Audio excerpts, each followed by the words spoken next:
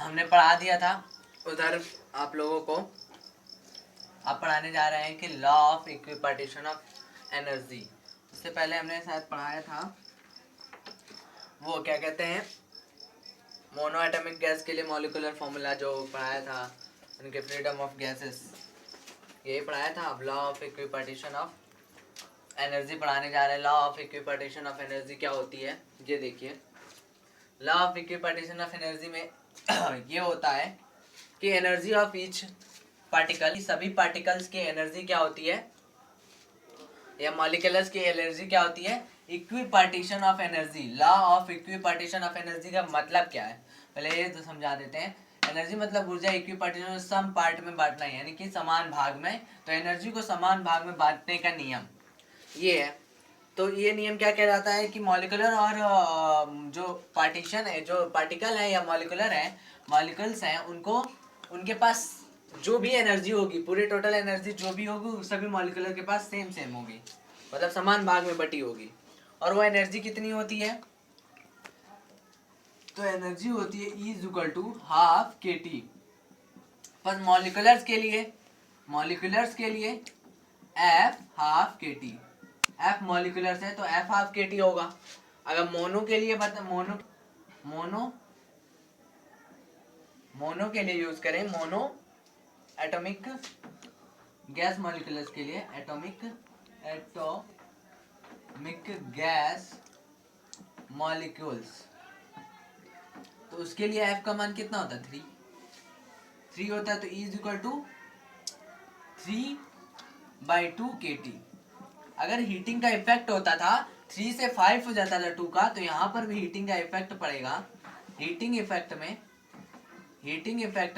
Effect बताया था। अब इसमें हीटिंग इफेक्ट में क्या होगा, 3 की जगह क्या हो जाएगा 5/2 kT। फिर अगर सेकेंड वाले बात करें डायटोमिक के लिए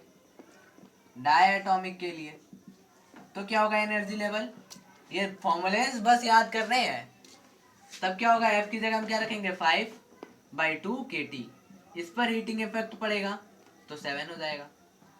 तो कितना आ जाएगा 7/2 kT। थर्ड में हम बात करें ट्राइमोनो या फिर पॉली ट्राइएटॉमिक या फिर पॉली ट्राइएटॉमिक या पॉलीएटॉमिक, तो क्या होगा, इसके लिए होता है E is equal to 6/2। Cut करना चाहे कट कर ले, लेकिन ना कट करे तो भी सही है। 6/2 और हीटिंग इफेक्ट इस पर भी पड़ेगा। हीटिंग इफेक्ट का मतलब ऊर्जा का प्रभाव, जिससे इसमें भी 2 की इंक्रीमेंट हो जाएगी। तो ये हो गया फॉर्मूला किसके लिए, लॉ ऑफ इक्विपार्टीशन एनर्जी के लिए। एनर्जी के फॉर्मूले हैं, इतने भागों में इन लोगों को बांटा गया है। हाफ हाफ भाग में आधे आधे सबको दिया गया है, तो उनका आधा आधा सभी पार्ट्स में बट गए। ये हो गया law of equipartition of energy. अब हम बात करेंगे दूसरे लॉ की मतलब है कि एटॉमिसिटी ऑफ गैस क्या होता है, एटॉमिसिटी ऑफ गैस। लेकिन इसमें कुछ वैल्यूज हैं जो अगर पता हो तो ठीक है। के का मान तो पता ही होगा, के क्या है, बोल्ट्जमैन नियतांक, इसका मान होता है 1.38 × 10⁻22 वो भी माइनस का, जूल पर कूलाम, जूल पर केल्विन। ये हो गया, ये फॉर्मूला आ सकता है। Atomicity of gas city of gas, इसके बारे में ये फॉर्मूला याद होने चाहिए। इसी वजह से बस बताया फॉर्मूले के लिए, क्योंकि ऑब्जेक्टिव पेपर आएगा तो फॉर्मूला ही पूछेगा, इसकी थ्योरी नहीं पूछेगा। थ्योरी से जो सेंस आएगा भले वो पूछ ले, लेकिन इसमें थ्योरी कुछ है नहीं, तो डायरेक्टली हमने फॉर्मूला बता दिया। अब एटॉमिसिटी ऑफ गैस क्या होती है, गैस की आणविकता, एटॉमिसिटी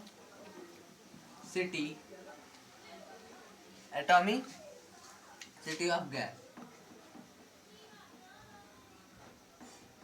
इसके बारे में भी देख लीजिए। इसका भी एक फॉर्मूला होता है। पहले तो एनर्जी का फॉर्मूला हमें पता होना चाहिए। एनर्जी का फॉर्मूला होता है 3/2 kT, मतलब F 1/2 kT। अभी बताया था एनर्जी का फॉर्मूला इसके लिए, F 1/2 kT। ये तो होता है टोटल एनर्जी का फॉर्मूला, लेकिन F क्या होता है कि जितने मॉलिक्यूल्स हैं उसके लिए F, मॉलिक्यूल्स के लिए F में मोनो आएगा, डाई आएगा, ट्राई आएगा। अब एटॉमिसिटी क्या होती है, अब एटॉमिसिटी में हमें गामा पता होना चाहिए, Cp/Cv होता है। Cp अपॉन Cv होता है, और ये Cp अपॉन Cv होता है 1/2/f। ये होता है एटॉमिसिटी का फॉर्मूला, ये होता है एटॉमिसिटी ऑफ गैस। F का मान रखते जाएंगे हमें मान मिलता जाएगा, F का मान रखते जाएंगे हमें मान मिलता जाएगा। अब इसके बारे में हम बता रहे हैं कि इसके अंदर क्या है, कि एटॉमिसिटी ऑफ गैस कि मतलब कैसे ये फॉर्मूला आया, ये बताते हैं। आया कैसे ये तो नहीं पता चला, लेकिन कुछ ना कुछ इसके कुछ भाग पता चल जाएंगे। फिर आते हैं कैसे ये होता है।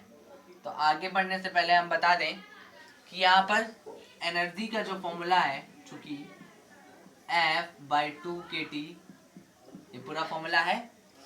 आवागाद्रो नंबर तो जानते ही होंगे n, तो n से हम क्या करें मल्टीप्लाई करा दें, आवागाद्रो नंबर से इसे मल्टीप्लाई करा दें। आवागाद्रो नंबर से मल्टीप्लाई कराने का मतलब ये है कि हमारा जो फॉर्मूला होता है इंटरनल एनर्जी का वो आवागाद्रो नंबर और एनर्जी के बराबर होता है। ये इस वजह से निकाल लें क्योंकि हमें फॉर्मूला प्रूव करना है। हमें क्या प्रूव करना है, फॉर्मूला। तो एनर्जी क्या होता है, U = F/2kT, और ये Nk मतलब कि U = F/2 Nk हमने बताया था क्या होता है, अवागाद्रो बोल्ट्जमैन नियतांक बराबर होता है गैस नियतांक। तो U =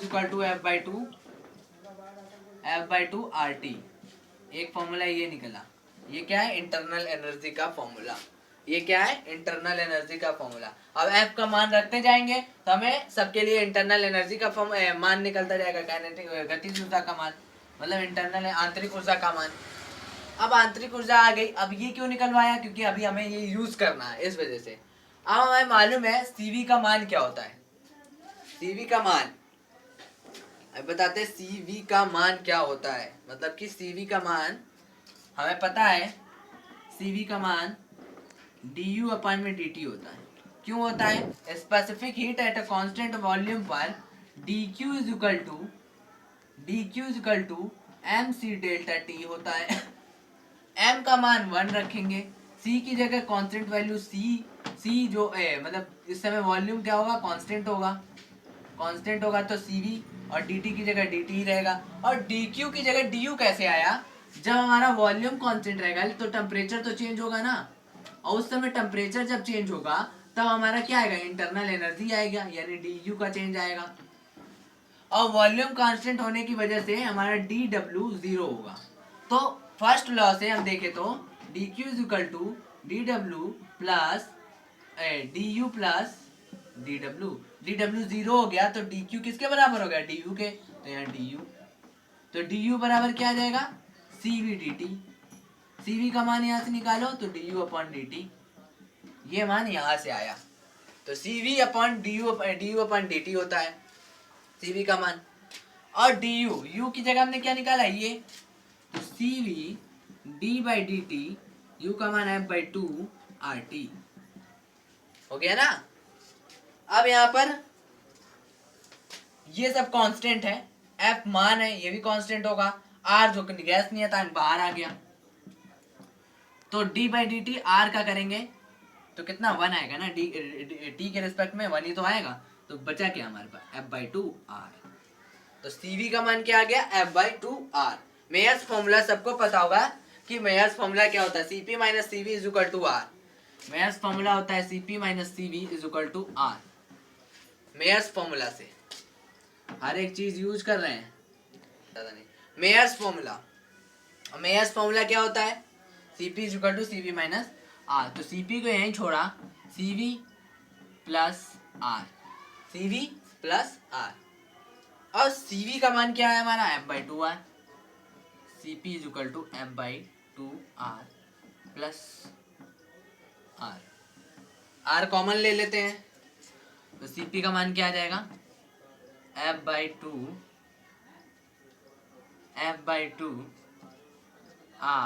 R कॉमन लिया +1 R। अब ये वाले फॉर्मूले में रख दो गामा = Cp/Cv, यही तो प्रूव करना है, तो ये लाना है ना हमें, तो Cp/Cv में मान रख दें। तो Cp का मान हमने निकाला ही है, Cv का भी मान निकाला ही है, तो प्रूव करने के लिए हमने रख दिया Cp/Cv। ये Cv ये होता है गामा, तो Cp का मान क्या है, F/2 प्लस 1 आर। सीवी का मान क्या है? F/2 प्लस F/2 आर, और टी नहीं होगा, ये है सीवी का मान F/2 आर। तो CP अपॉन CV या फिर गामा जो भी आएगा, कुछ भी रख लो, तो R से R कैंसिल, F/2 से F/2 अंदर जाएगा कैंसिल, ये यहाँ पर F/2 भेजेंगे कैसे, देखिए R से R कैंसिल, F/2 इसको अलग अलग सबको दे दिया F/2, ये वाला F/2 इसको F/2 दिया, इसको 1/F/2 दिया, ये वाला तो कैंसिल हो गया 1, ये 2 ऊपर चला गया 2/f। तो ये फॉर्मूला हमारा प्रूव हो गया। अब F का मान रखते जाओ 3 के लिए, मतलब कि मोनोएटॉमिक के लिए 3, 3 2 5, यहाँ रखेंगे 1, 2/3, 5/3, 5/3, और वैल्यू आएगी 3 एकम 3, और क्या बचेगा 1.6, यही तो आएगी। तो ऐसे वैल्यू निकाल लीजिए या फिर F का मान रखते जाइए, वैल्यू आता जाएगा। ये हो गया atomicity of gas. Atomicity of gas का फॉर्मूला बस इतना याद रखना है कि 1 + 2/f होता है, और उसका फॉर्मूला एनर्जी का होता है F/2 kT होता है। 11 मिनट और ये हो गया U = F/2 RT, या CV का मान F/2 R हो गया। ये तो प्रूव करा दिया, लेकिन फॉर्मूला याद इतना ही रखना है, इसी से सारा निकल जाएगा। बस आगे का लेक्चर है ब्राउनियन मोशन, वो कल पढ़ाते हैं।